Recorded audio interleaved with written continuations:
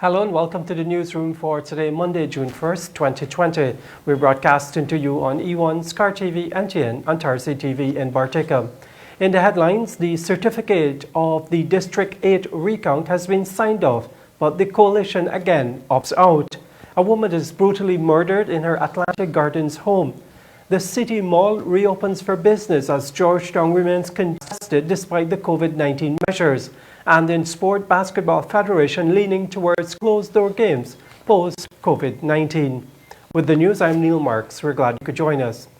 The certificate of the national vote recount for District 8 has been completed and signed off, but the incumbent APNU Plus AFC, which secured the most votes, has again withheld their signature.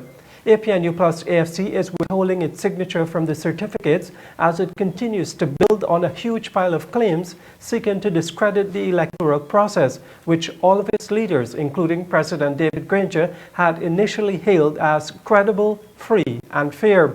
The certificate for District 8 shows APNU Plus AFC securing 2,152 votes. The original declaration had the coalition with 4 votes less. The recount figure for the PPP is 2,052 compared to the original declaration of 2,049. The Liberty and Justice Party secured 450 votes. It had 1 less in the original declaration. The New Movement received 11 votes. District 8 brings to 6 the number of districts for which tabulation has been completed and certified. Meanwhile, GCOM on Monday completed the recount of 73 ballot boxes for Region 9 and allocated that workstation to Region 10. At the end of Monday, just over 500 ballot boxes remain to be counted. At the current rate of recount, all boxes should be completed by this Sunday. GCOM has now completed the recount of districts 1, 2, 3, 5, 7, 8, and 9. The recount is ongoing for districts 4, 6, and 10. The Guyana Elections Commission, GCOM, is yet to decide on what it intends to do with the information received from the Chief Immigration Officer of 172 Guyanese who were not in Guyana for the March 2, 2020 elections. GCOM's Public Relations Officer, Yolanda Ward, on Monday said the possibility of reopening the ballot boxes to fact-check whether those persons listed as being abroad were actually marked off as having voted. You are aware that the APNU AFC met with the Commission sometime and expressed some concerns as it relates to what they termed as irregularities or anomalies during the recount exercise. During that meeting, it was requested of them that they should provide evidence of their allegations to the Commission. In responding to that request, they would have provided a letter with an attachment of a total of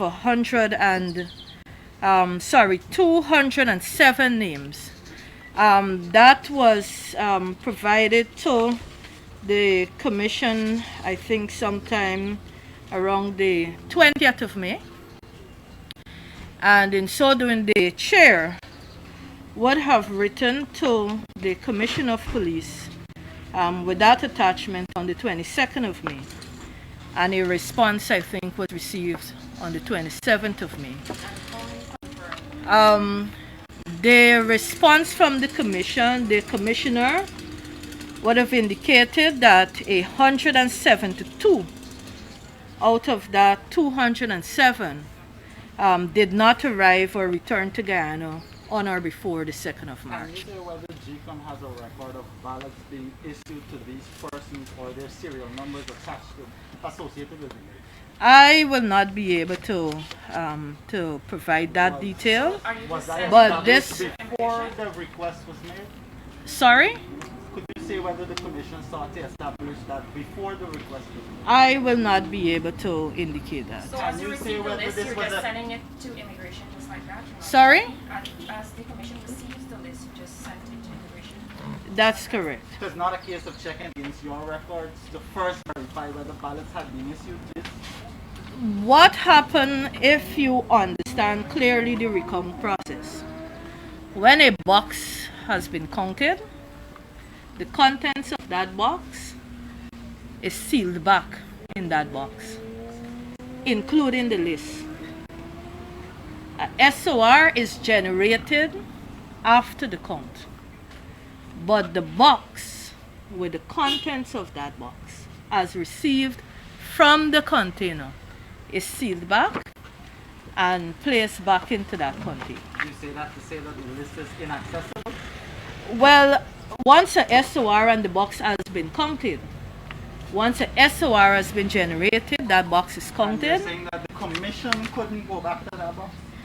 The commission has not made a decision on the way forward on this matter, and I wouldn't want to say it's inaccessible. It is right behind in a container.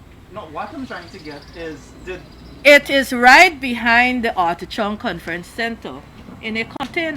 so why not ask? What I am saying, this issue remains a discussion at the level of the commission. We'll get back to more news on the national vote recount a little bit later in the program. Now, police have arrested the suspect in the murder of a 61-year-old Atlantic Gardens East Coast Demerara resident. The mother of three resided in Canada and traveled to Guyana a few days before the March 2nd general and regional elections. The newsroom's Isanella Pato has the details.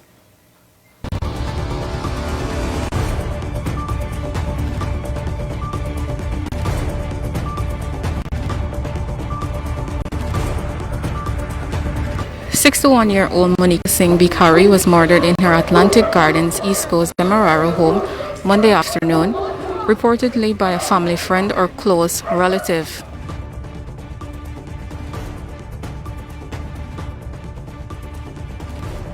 The suspect was subsequently arrested.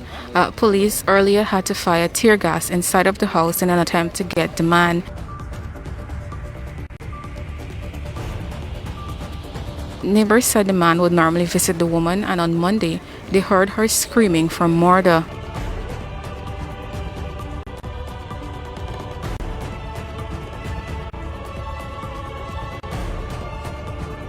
The woman is a mother of three and all of her children resides overseas. Regional Commander, Assistant Commissioner Royston Andrews Jr. spoke with the media at the scene. Police broke the door and went in and found the woman motionless.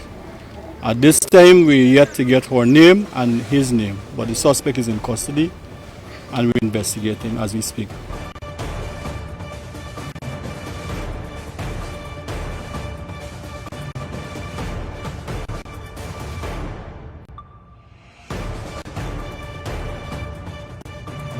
Reporting for the newsroom, I am Isanella Pato.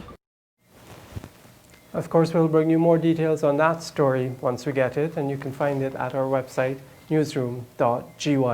When the newsroom returns, the City Mall reopens for business as Georgetown remains congested despite the COVID-19 measures. Welcome back, you're watching the newsroom. The Citizenship Initiative, TCI, one of the 11 parties which contested the March 2nd elections, has debunked claims that 8,000 votes belonging to the disciplined services were rejected because of the lack of the GCOM 6-digit stamp. Bibi Katoon reports. Presidential candidate for the Citizenship Initiative, Rhonda Lamb, in an interview with the newsroom on Sunday, said a check of the boxes where the disciplined services votes were intermixed shows that less than a dozen were rejected for lack of stamps. I took regions 1 up to 10, minus 4 because we're still counting and it's a lot still to go through. And I started looking at the SORs for those stations where we had disciplined service ballots intermixed. And I can pretty much tell you across those stations for the 9 regions so far that have been, the boxes that have been counted, if I found 10 for a lack of stamping, I found a lot. The APNU-AFC coalition is pushing the narrative that the votes of 8,000 disciplined services ranks were not counted for lack of the GCOM 6-digit stamp. A total of 8,369 ranks of the Guyana Police Force, the Guyana Prison Service, and the Guyana Defense Force voted on February 21st. If the claims were true, it means only 369 of the votes from D-Day were counted. The TCI presidential candidate said such a suggestion is alarming. But I'm not sure where that figure came from. But to suggest that an entire group of Guyanese were disenfranchised, almost all of them, that was alarming to me.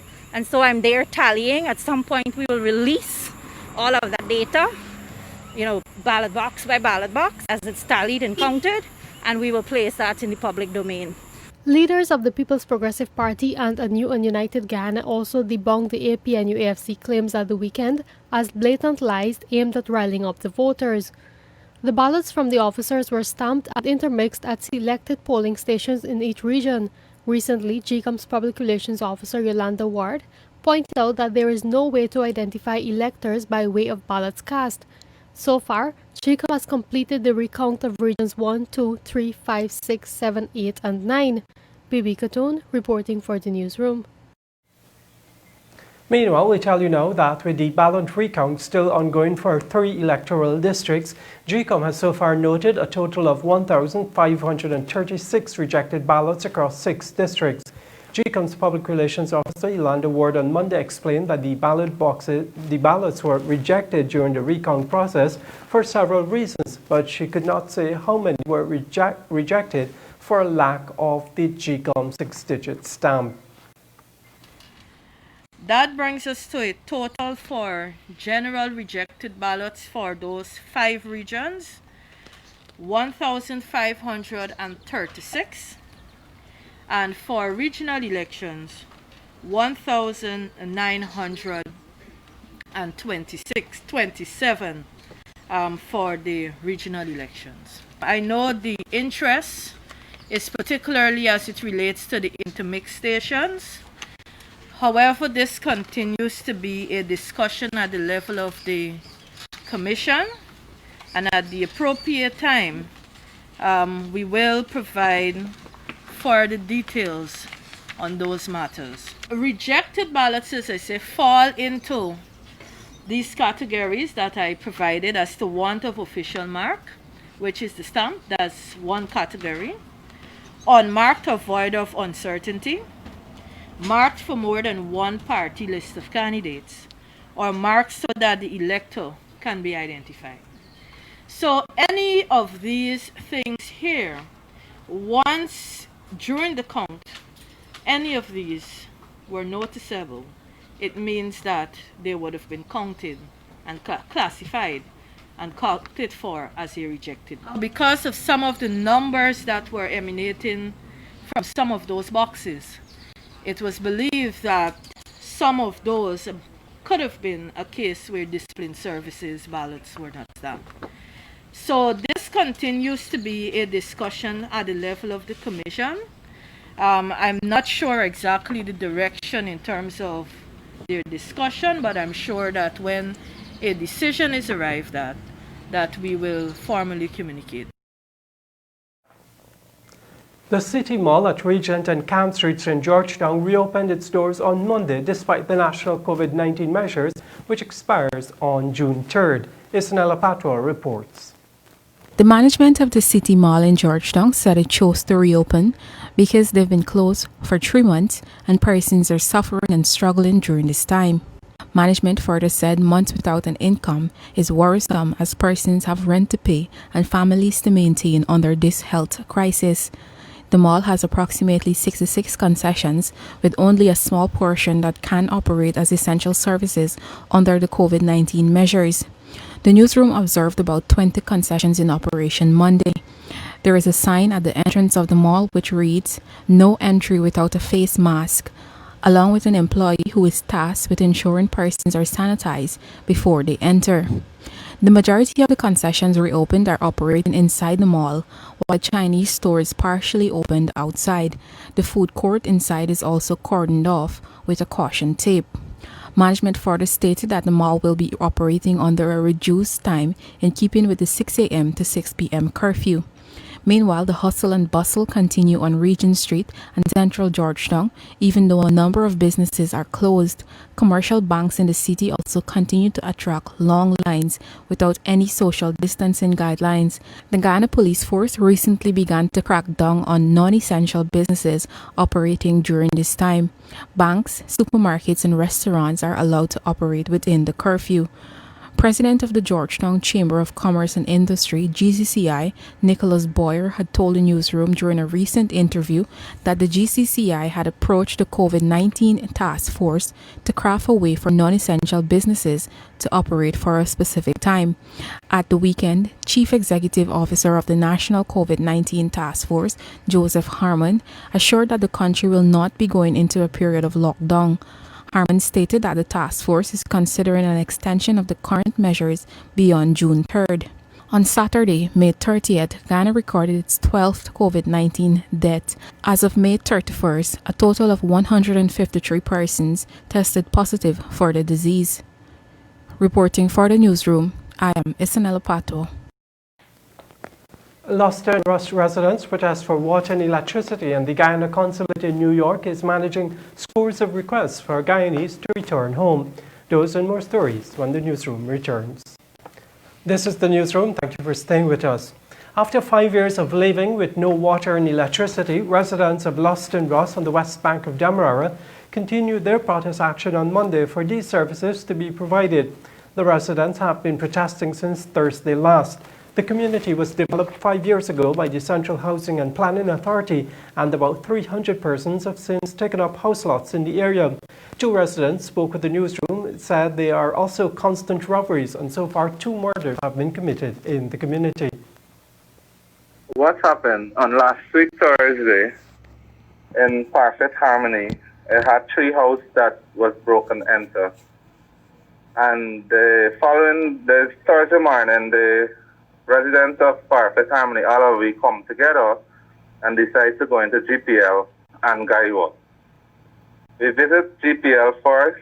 GPL claimed that they were waiting on a paper from housing to go ahead with the work with the current. We left from GPL and went to housing corresponding to the paper that they had to give to GPL. When we go to housing, they wasn't working. We had to go back this morning. There's Monday morning till we could come back. Anyway, we went to housing this morning. When the bottom of it, housing did not send the letter to GPL. So actually, the housing was lying on GPL. They're actually getting a letter now to send to GPL concerning the light. They promised me in 2 weeks, we're going to see GPL staff in there surveying and getting the work done to get the light. We ain't getting nowhere. They just keep promising. Since last year, the year before, we supposed to get light. That's every next month, half of the year, they keep promising us and nothing going. It had a shell grave passing Perfect Harmony. It had a taxi driver that got murdered and dumped there. All because the place ain't got light. If you had light now, you see things, people don't put on a light. But when you're scared by yourself, who you don't protect? You understand? So right now, the member of Perfect Harmony, Lost and Rust, begging, pleading with the government to help us. This village has developed so much. We actually got 300 house lots, 300 residents living there. And we ain't getting no assist by the government. I've been living in there for over 6 months. There are people living in there for the past 5 years without water and electricity. We're tired. I've went in, this is my 4th meeting I'm going into. I've actually tried having this done personally. I've went in and we're not getting any resolution. Along with the entire neighborhood, it's out here waiting. With regards to if they are not there within 2 weeks, we will be stepping out again to ensure that we get the light. Because in the case of Guyana, getting a total shutdown, people at the back there's no way that we can survive. With no water, no light, and we're unable to reach out to get basic convenience. The Ministry of Public Health on Monday reported that the number of persons tested positive for the coronavirus disease 2019 remains at 153, with cases confirmed in regions 1, 3, 4, 6, 7, 9, and 10. Public health official Dr. Artenisa Hamilton is warning persons in regions 2, 5, and 8 against taking the situation for granted. The situation in Guyana as of the 1st of June 2020 is as follows. As of today, of the 40 tests done, there are no new cases. Our COVID-19 deaths remain at 12. The number of confirmed cases remains at 153. To date, the total number of persons tested is 1,658, with the total number of negative cases being 1,505. We currently have 70 persons that have recovered, 71 active cases in institutional isolation, 2 patients in the COVID ICU, and 23 persons in institutional quarantine. We are aware that persons residing in the regions where cases have not been reported are taking this situation for granted, instead of taking all the necessary precautions to protect themselves. We continue to plead that your only protection is ensuring that you wear a mask, maintain physical distance if you are in public, but most importantly, follow the curfew and other measures that the ministry has in place. Residents of regions 1 and 7, and most importantly, those who are from the mining communities, we ask that you continue to be vigilant and be forthcoming with information that is necessary for us to be able to contain the spread of this disease in your communities. Persons experiencing the signs and symptoms of this disease are asked to contact the hotline if you can, or the closest health facility, so that we can visit you and provide the necessary services. This is also being asked of all who have been in contact with someone who was tested positive. We call on all other agencies and community groups to reinforce the guidelines to all residents. The number of persons dying from COVID-19 in the United States continues to rise. The number of Guyanese families affected there almost equals that of other West Indian communities such as Trinidad and Jamaica. On the other hand, hundreds of Guyanese stranded in the United States because of COVID-19 restrictions are seeking to return home. An estimated 300 persons have been approved to return, but the Guyana consulate in New York has over 140 requests.